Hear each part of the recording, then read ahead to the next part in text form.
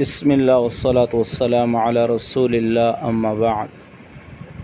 مؤمنانو مسلمانانو ورونو په کوم عصر او په کومه زمانه کې چې مونږ او تاسو څه اخلو نو دا د ډیره د فتنو زمانه ده. د الله رب العالمین اړوونکي ډیر کارونه او ډیر فتنې مونږ تاسو ته متوجي دي چې دغه فتنو اصل ګډ اصل سبب اصل وجه یو هغه جهالت ته، یعنی د الله په دین باندې ناپوهي او د الله رب العالمین د دین نه خبرتیا او د الله په دین باندې ځان نه پویول دي.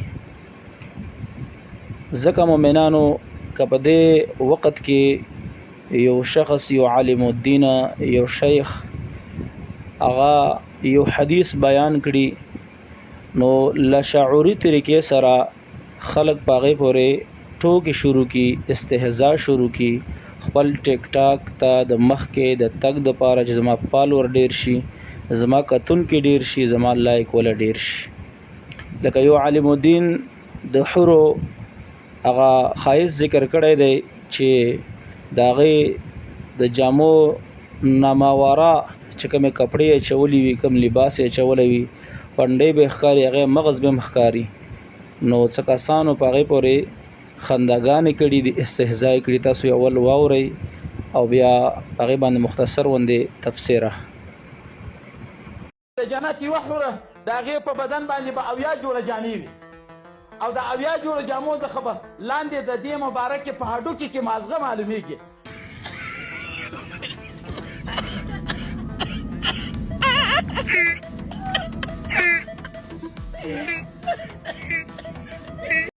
بسم الله الرحمن الرحیم. نو ګوره مؤمنانو مسلمانانو ورونو دا حدیث وګورئ تاسو په سنن ترمذی کې دا حدیث موجود دی. د حدیث نمبر دی 2533 چې رسول الله علیه السلام فرمایلی دی ان المرأة من نساء اهل الجنة ليرى بياض ساقها من وراء 70 حلة حتى يرى مخها.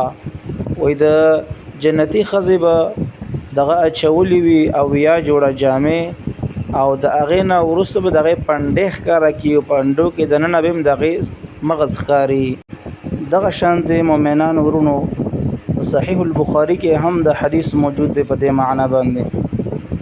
3215 نمبر حدیث دی چې رسول الله صلی الله علیه وسلم فرمایي ولکل واحد منهم زوجتان. د هر جنتی د پاره به بیان وي یورا مخ سوقهما من وراء اللحم من الحسن. ډېر خایست وجنا د پندو مغز به اخکاری. الله سبحانه و تعالی به دومره خایس ورکړی وي. د دې زمانه مسلمانان چې په دې احادیثو مبارکاو پورې استهزاء کوي، ملنډ ور پورې وਹੀ او درنګ یو قسم د تکذیب کوي.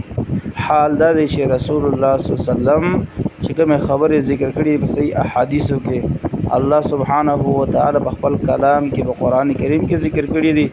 اب مؤمن منی مسلمان به منی غاړه به وکړي اگر کله د اقلیت تسلیموي یا نه تسلیموي. مسلمان ول کېږي دی دا چې د الله او د رسول خبره منی او درنګ هغه ته به غاړه کړي. الله عز وجل موږ تاسو د فتنونه وساتي چې د عظیم شان فتنه په دې وخت کې او په دې عصر کې چې هغه د عقل پرستی، عقل پر روانې دل او د الله کتاب او د رسول الله احادیث شاده غرزول العیاذ بالله.